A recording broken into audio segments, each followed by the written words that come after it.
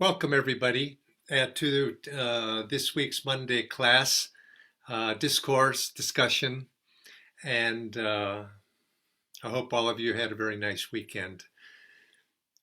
Today, I'd like to speak about a very interesting topic, and I'm going to call up a quote here that I'd like to start with. I'm going to find it here. Okay.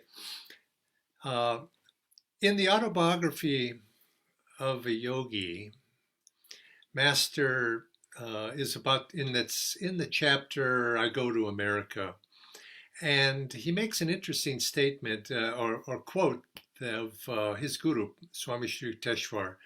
And Swami Shri Yukteswar says to him, "Your lot to attract souls is very good. Everywhere you go, even in a wilderness, you will find friends." Now, this is an interesting way to speak to say it, and actually, Master said that turned out to be true.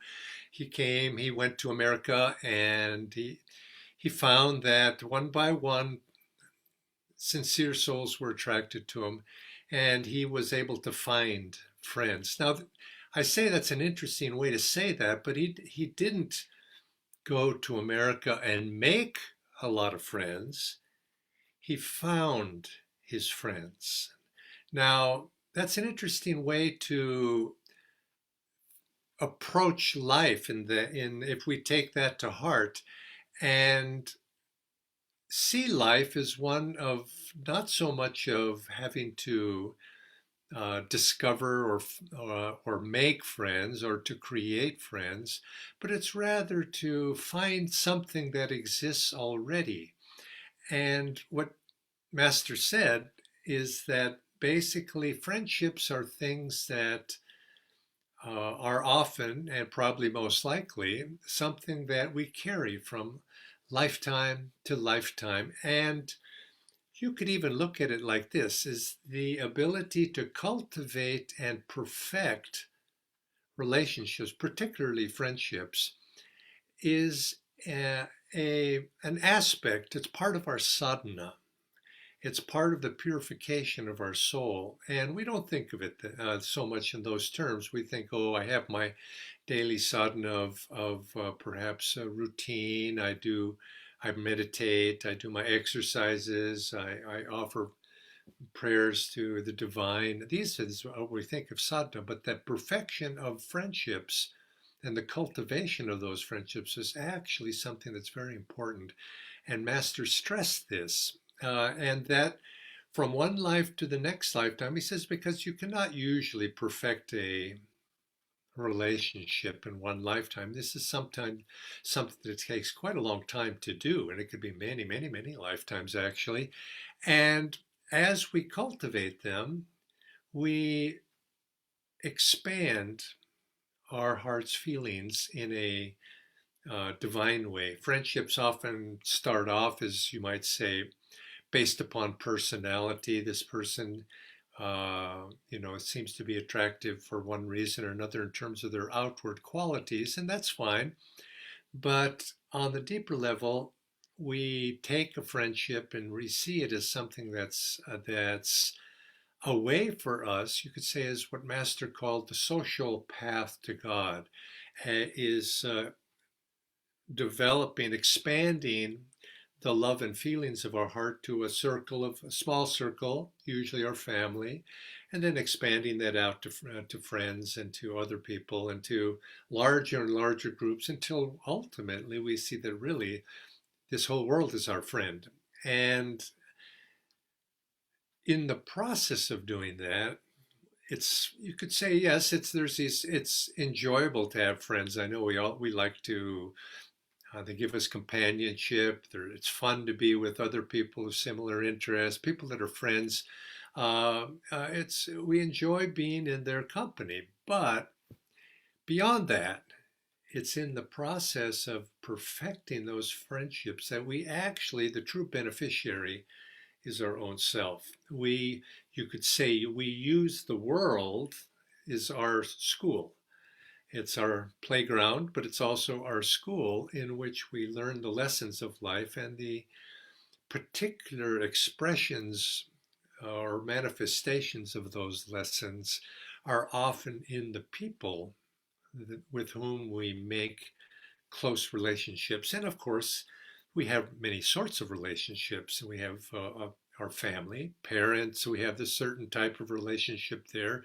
Or if we are a parent, we have a relationship with our children. It's expressed in a certain way. We have a relationship with our spouse, with we have romantic relationships as we're coming of age, and uh, we eventually get married.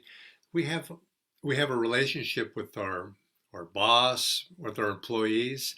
We have a relationship. There's in the old traditional master and servant works either both ways. As is, the servant has a relationship to the master, and reciprocal, and a little bit expressed a little differently. In many ways, we have these relationships, but interestingly, Paramahansa Yogananda said the potential for the purest of those relationships is not what one might normally think. People tend to think of the romantic side, the lover to the beloved. Ah, that's the most exalted of relationships. But Master said that's not necessarily so. He chose to single out friendship as the purest of the relationships. And why would that be? He says, because in all relationships other than friendship, there's a certain element of compulsion and expectation that goes along. Do you have a certain sense of duty?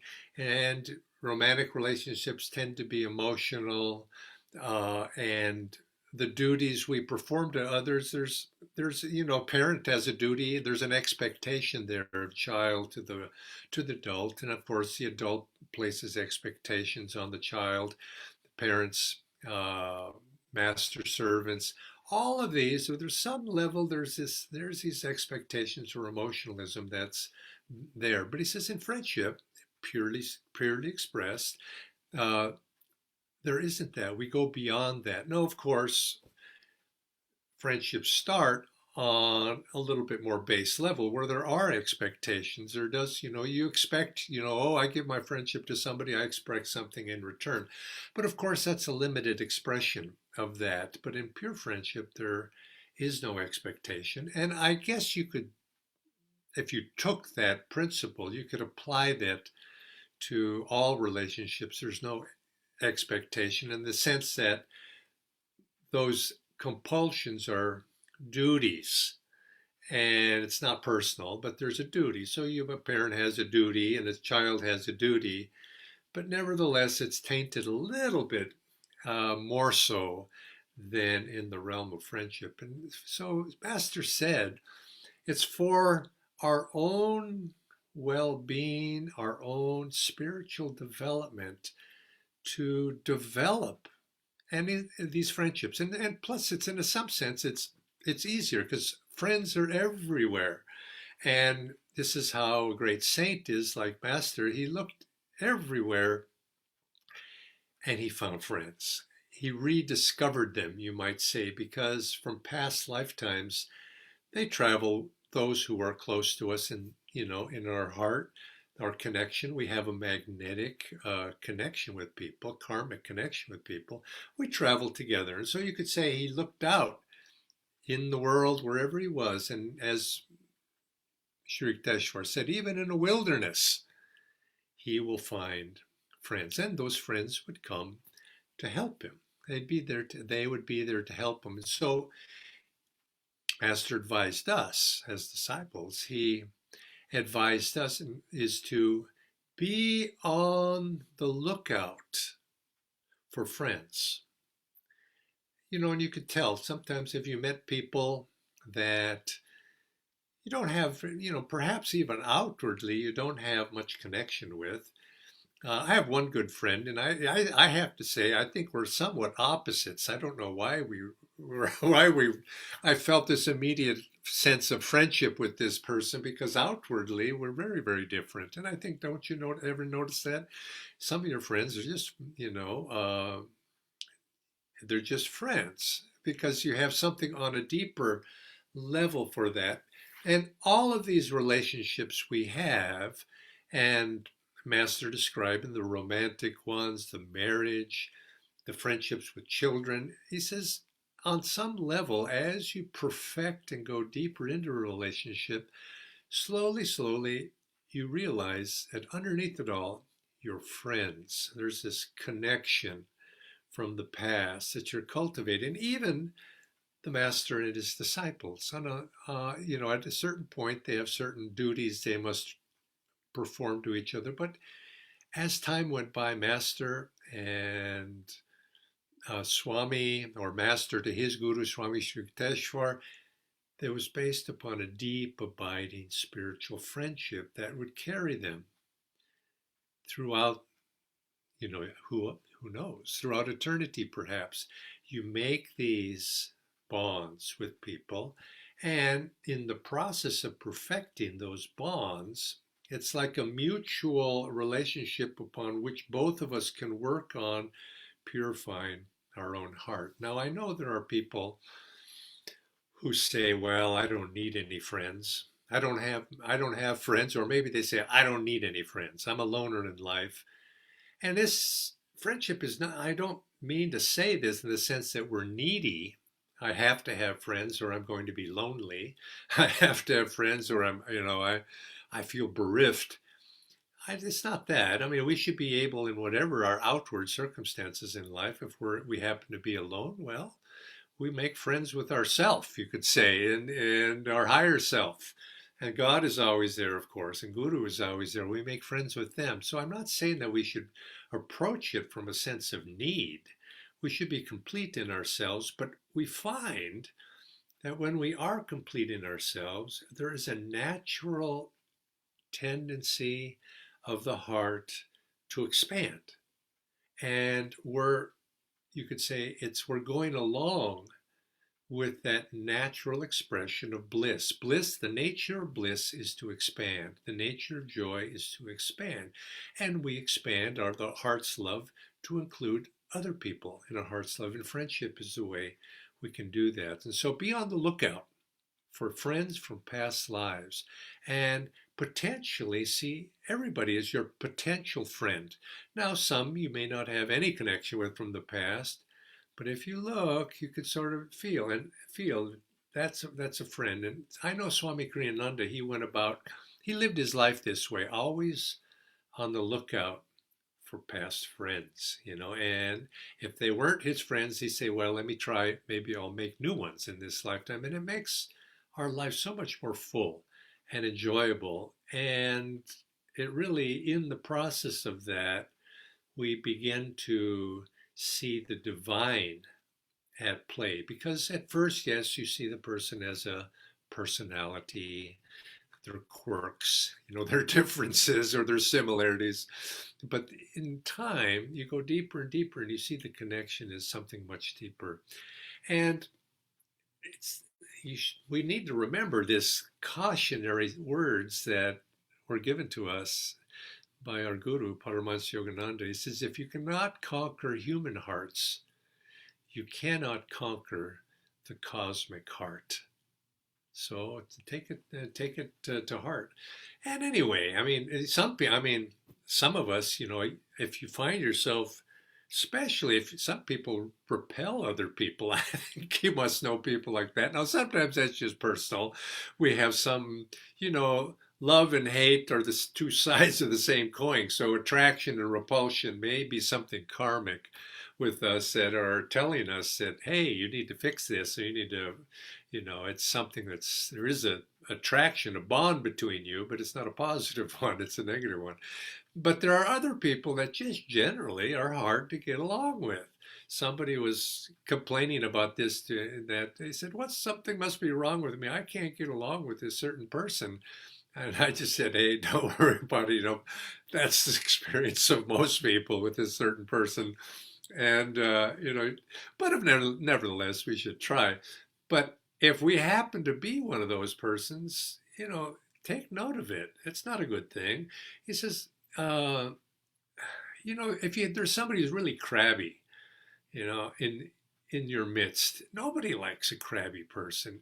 And what's going to happen there is if we're that crabby person, or we're the person that has the inability to make friends, we're not going to be successful in life. Now, I don't mean successful and just in terms of attracting wealth to ourselves in that way, or business success, although it applies because the same qualities that are able to help us make friends also help us to be successful in business.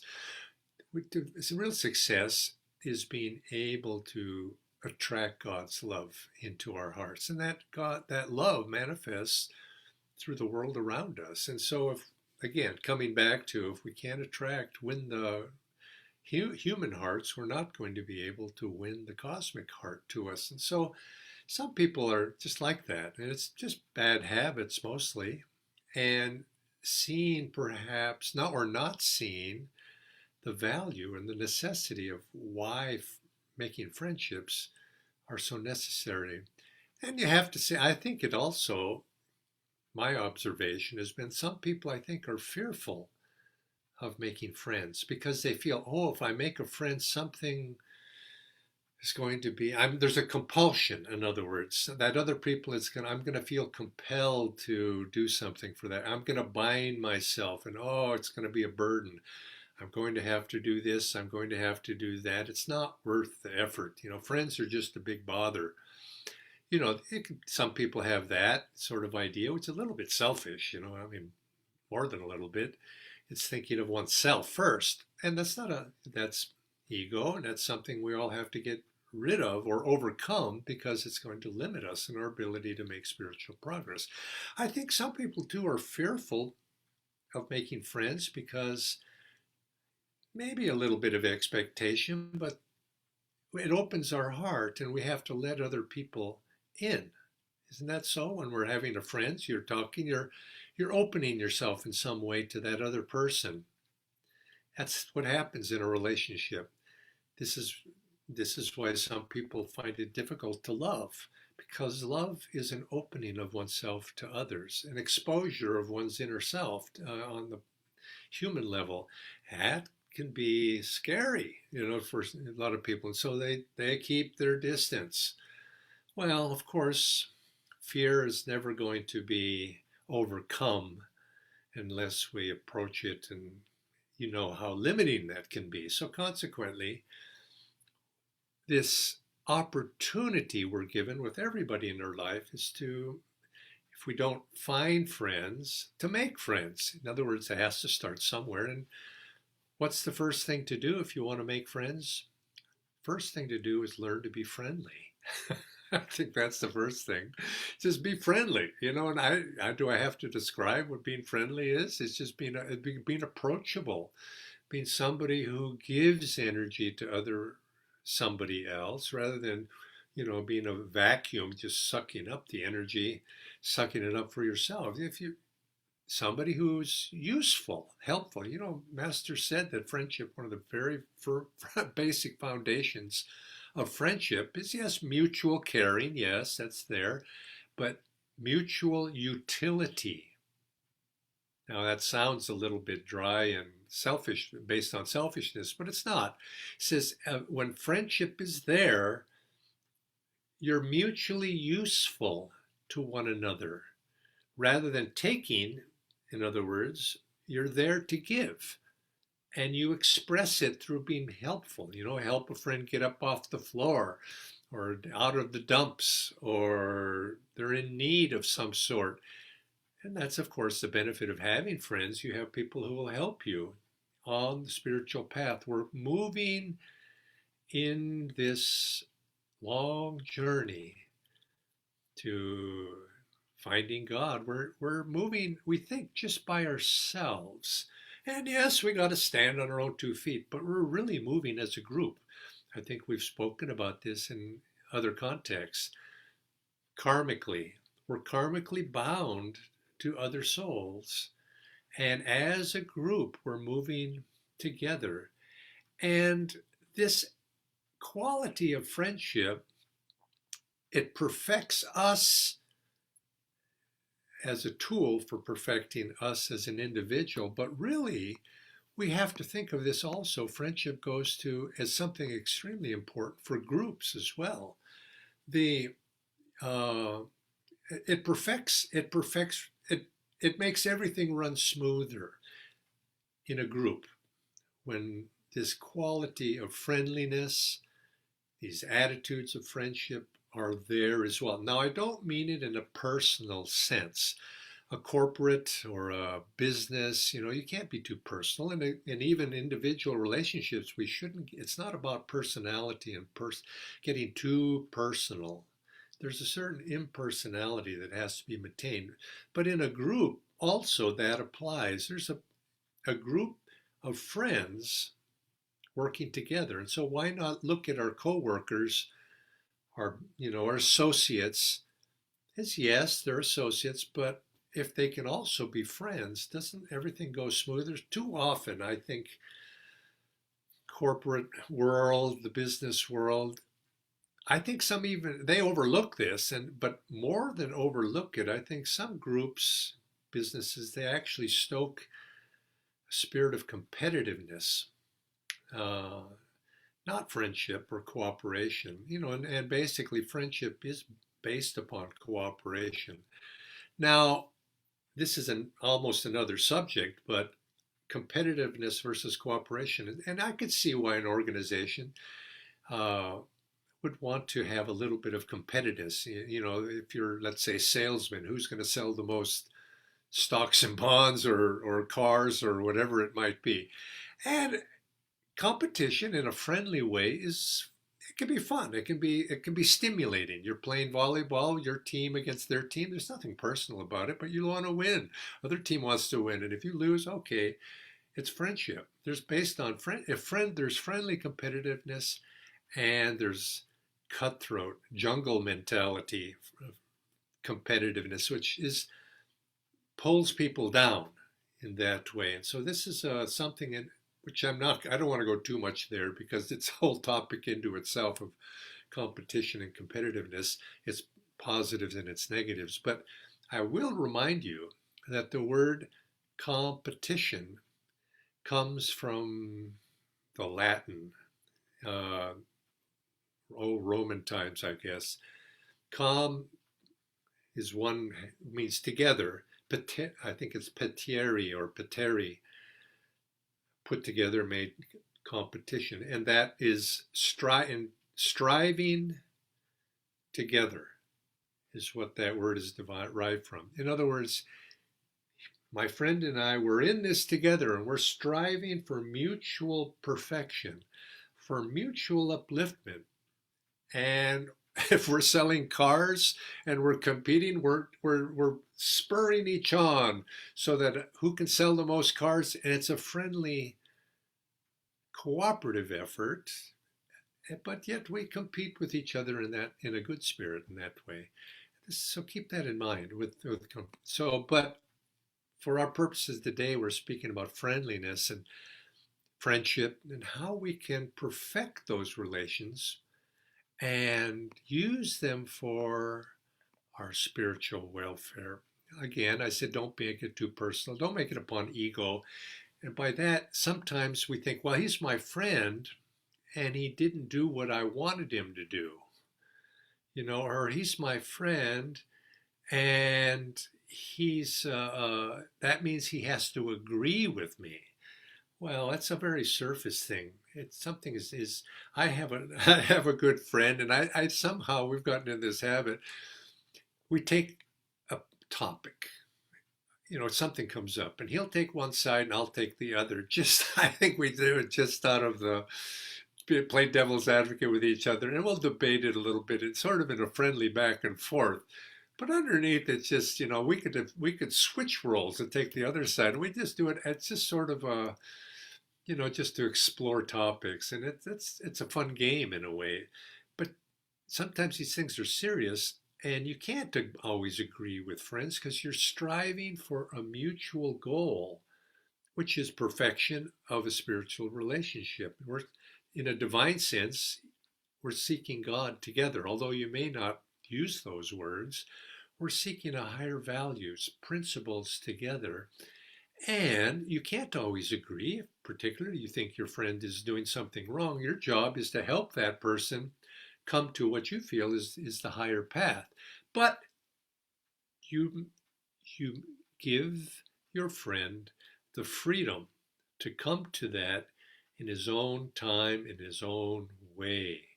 You mutually respect one another, but doesn't mean you agree with one another. But if you disagree in a positive way. You don't try to tear each other down or destroy another's faith in one thing or another. The object is to be useful, to be helpful. So you don't demand something of another person or judge them. It's moving together in a way. And you learn from one another because maybe you were the one that was wrong. And Master said an interesting thing. If we want to develop this quality, I found this quite intriguing. How do you become more friendly? Where do you start? He says, start with your immediate relatives. Now, that's interesting. Some people can't stand their relative. They can have lots of other friends, but they can't stand their family because maybe it's too close, too personal. And there's all these qualities of others being judging and demanding and compulsion and all of these things.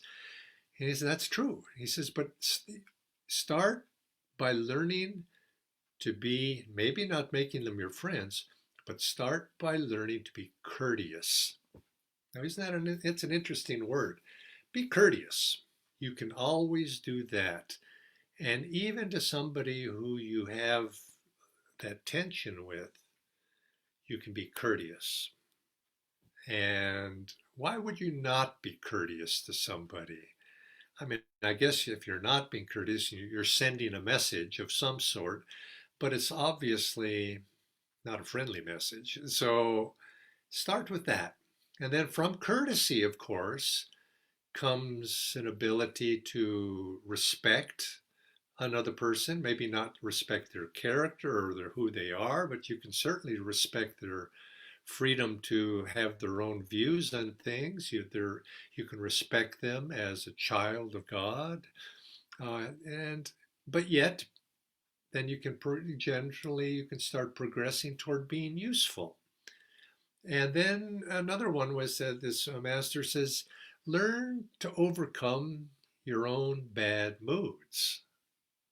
Because what happens is you're in the family situation where it's maybe you're having a hard time. Very easy to fall into a bad mood. And he says, he says that is inimical to creating a friendly atmosphere. He says, he used the image of, he says, don't give your bad moods to others. It's like giving somebody a wormy apple to eat. I thought that was a good way to put it. And so consequently, you could say at that, but at the root of a lot of this, in terms of having difficulties making friends, especially with family, is it's a process of doing that is to overcome the reactive spirit, the reactive tendency. And now I know you're probably thinking, oh, this is going to be impossible. But if you want to start, you have to start in small ways. And those people, sometimes we live in situations where people are difficult. Well, you have to start small. And obviously, it's maybe not for their benefit, but it's for your own benefit. It's, you might say, the grinding wheel, that sometimes you have to put yourself up against that grinding wheel of unpleasant, crabby people in order to sharpen your own knife. Not to stab them, but so that you can be useful and do something positive. So anyway, keep that in mind, and of course, watch out for that danger that is there. That other friends want to agree with them, and they want, because friends, although they're friends and you're caring for them, friends can go astray just as you can go astray. And that's why friends are most useful at that times, is when you see somebody going astray, Your job as a friend is not to agree with them, but is to find a way to be able to bring them back to what we're mutually trying to ultimately do, is to find and express our higher selves, find God. So don't encourage your friends in weaknesses. Of course, sometimes that means you have to separate yourself, put distance between yourselves as necessary. I have a friend right now, good friend, uh, but she has gotten herself down the rabbit hole of conspiracies. This funny thing, conspiracy theories going around, and they're just wacky. They're wild. And I don't get into even arguing about those things. And my worry is that this person, their energy, which should be going to spiritual topics of helping other people, of being positive, being a channel for blessings to other people, just gets people into this other direction, which is very, very unhealthy, because at the base of these sort of things, there's a negativity there, you know, accusational things about what's happening in the world. It's not generally good. But this person's my friend, so I'm at a puzzle now. How in the world am I going to help her? Now, what I've come to is when I meditate, I visualize my friend and I consciously send blessings. Blessings of clarity, of light, and I ask Divine Mother to help that friend. I you see, but if I get too close and it gets personal and you start arguing, it doesn't work. It doesn't work. My I have a daughter, and she has her husband's relative who's a very big believer in all sorts of different conspiracies and aliens and UFOs and all sorts of things. And she says it's really hard to be around this person who happens to be very, very elderly also. So it's not going to change their mind. And I said, just send love. Just send love and find the things that you can agree on in order to create a positive vibration, a positive relationship. And from that, you can express your love. And if the person knows that your relationship is based upon love and mutual self-support, some of these other things can be put aside and not taken quite so seriously. And I think that's one of the best things of friendship. It uplifts people into a higher state where you look at the world in a different way. When you're feeling uplifted, or when you're feeling joyful in the company of friends, you look at life and you say, and you laugh at some of these ridiculous things that we take so seriously. That's what friendship does to other people. And that's what friendship does to me. Sometimes I get so serious about something. A friend comes along and say, hey, and I say, yeah, that's right. And your mood changes completely. Yeah, bottom line, even when friends go astray, be loyal. Don't be a part-time friend. Don't be a friend just if they're doing what you like them to do. But you have to realize that you have to use your tactics may need to vary. And if somebody is a friend and does something really great and helps you, show appreciation. Don't take your friends for granted. And you'll find that these things are cultivated. And ultimately, that friendship we come to the point where we realize it's not you and I that are friends, but it's God in you and God in me that is trying to come out from behind this personality and commune and join hands in companionship together. It's God to God. And if we can bring those relationships to that level, it's such a joyous, beautiful thing. And we find we really do achieve, through cultivation of friendships, we achieve success in life. And that, which I mean here on the deep level of success, a life that's lived fully, lived happily, lived where brings contentment, because there's very little lacking when we find ourselves at the end of life, particularly, we look back and we say, ah, I was very, very lucky. I had a lot of friends, and I have a lot of friends, and me and my friends, all of however small or big that circle, we are going forward together to ultimately find that union, that oneness that we're all seeking. That's at the base of love. Love is that experience of the divine oneness with all, with God. And together we will achieve that as friends. So thank you all this morning for joining me. And I look forward to joining you again in, oh, wait a minute, I got one question here, and we'll see you next week. But if you want to submit a question here before I sign off, please do. How do you handle people who drain you of energy? Well, and time, and mostly fair weather friends, especially if one cannot say no to them. Well, our job is not to have great expectations for other friends, is to be a friend. We have to be a friend. And so in a sense,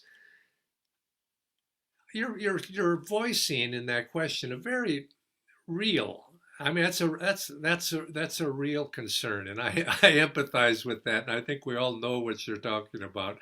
Some people they are draining, and but you have to give what you can. If you can't give more than you can give, well, you have to back up. It's a free gift. Friendship is a free gift. You don't have to give that gift to willy and nilly indiscriminately to here and there. You have to, some people don't appreciate the gift. They're not ready for the gift. They don't want the gift. They have strings attached to the, all of these sorts of things. So you have to use your judgment. And sometimes you just can't. You can give only what you can give. But when you can give, that's more or less what I'm saying. You're not obligated. Remember, friendship is a free gift. You're not obligated to give it. It's just that you benefit when you can do it. So you might say it's an aspirational goal to be able to do that, but you can only do so much that you're capable of, and know your limits, and then keep pushing a little bit in that direction. And the second question, as a Kriya bond, does this mean that I shouldn't get in love relationship with anyone other than God? This looks like ideal situation, but sometimes in real world, no, it does. I'm not saying that. I think whatever relationship you're in, whether it's in a love relationship, romantic relationship, or those other relationships I said, try to cultivate them. Cultivate them to the highest degree possible. This element of developing friendships applies to all. Now, we have to express it though on the appropriate level. Even let's say a master to a servant, you can't be personal in the sense, oh, how, you have to maintain the appropriate role under the surface, but underneath, there's a bond of commonality, of mutual support on a spiritual level. But that has to be expressed in the appropriate way. Now, otherwise, we get ourselves all mixed up. And human relationships have their outward expectations, and we play that role as needed. So a king plays the role of a king, and the servant the role of the servant. But I think and of course in romantic relationships we play the role there too, and each has their own, you might say, lessons to learn. The servant learns very good lessons being a perfect servant, and the king learns a very good lesson being the perfect king. So too the parent, lots of lessons there. Child, lots of lessons there. In these human relationships, we perfect each of them in their own particular way. And so romantic relationships have their function as well, and they go to the heart and they develop the emotional side of the heart's energy. And that emotional side needs to be cultivated in a positive way. You know, there are positive emotions, negative emotions, purified until ultimately we transcend the lower aspect of those expressions entirely. So each has their own. So it's not one versus the other, but it's not either or, but all of them. And looking, you might say, to that element of friendship. You know, a married couple, they come together usually as when they're younger. There's a more of a personalness to it, a romantic side to it. But as couples age, you tend to become friends, and you realize that's really the what that basis. If you can't be friends with your spouse, it's difficult. So keep it in mind. Anyway, how to develop unconditional love? That's too big a question for question and answers at the end of a talk on friendship. But I would say start with your friends and practice on that level. It's tough, you know, some of the more tighter relationships and are or those that do have certain expectations and outward forms that are appropriate or inappropriate, sometimes harder there unconditionally. But I think friendship, I think, is an easier way to develop that. I guess you could say anything is developed by practice. So I think you just have to practice it. But ultimately, unconditional love is overcoming this sense of me and mine, I-ness, selfishness, coming from the ego. So you have to, it's like anything on the spiritual path, the goal behind it all is usually the transcendence of ego. How to remain friends with your students when you are a teacher? Well, you know, that's true. That's actually student teacher. That's a relationship as well. Those of you who are teachers, in one form or another, let's take a simple example. You're a school teacher and you have kids or maybe young adults who are students, and you have that relationship. You have to remember you're a teacher as a pupil, and so you have that relationship that has to be maintained. But on the other hand, you care for that student as a friend. And so consequently, I think if a student realizes that even as you have to give that student a poor grade, let's say that, are you being unfriendly? No. You care for the highest welfare. Now, why are you give a student a poor grade? You're hoping because it's a recognition that they need to study a little bit more, do a better job, and as a teacher, you're going to help them, I hope, to be able to improve. Your job is to help that student improve. Now, isn't that really what a true friend is doing?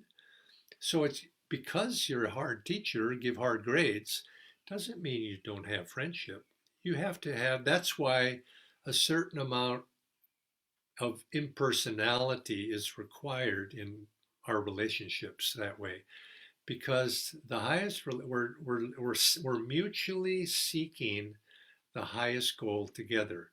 Now, as a student and teacher, that's success. We're mutually seeking success. And that means, you know, success, the student learns and the teacher has fulfilled his obligation or her obligation as a instructor. So that's what we're looking, and we can do that as friends. So it's true though, you have to be appropriate to the duties and the position that you find yourself in. But I don't think it precludes friendship as well. It's just how we define friendship. Friendship is not being buddy buddy with somebody. It's deeper than that. I think you understand. I think these things are. How do we do it? That's that's the journey of life that we're all on to try to figure these things out. being a serious Kriya bond, is it fine to have friendship and or relationships outside Ananda? Of course it is. Something that holds back from friendship outside the spiritual group. Oh yeah, you'll find that Swami would make friends with shopkeepers. He would make friends if he had to go and have some legal issue dealt with. He'd make friends with the lawyers. He'd try to make friends with the judge, but not outwardly always expressed, but inwardly there is a it's friendship is an inclusion of somebody into our heart's aura, and you could say it's my soul reaching out to your soul on that higher level outside of anything personal, outside any outward definition. It's underneath all that.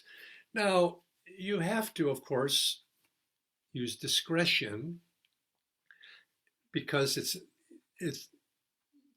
in spiritual friends because they remind you of your spiritual direction, and friends who, like, I have friends of a lot of different paths, but we respect each other, and we there's commonality of wanting to grow amongst each of us, and so consequently, have I have a good friend who absolutely has no interest in spirituality at all, but likes a lot of things that they're good things. They're just not spiritual things, and so certainly we're not on the same spiritual path.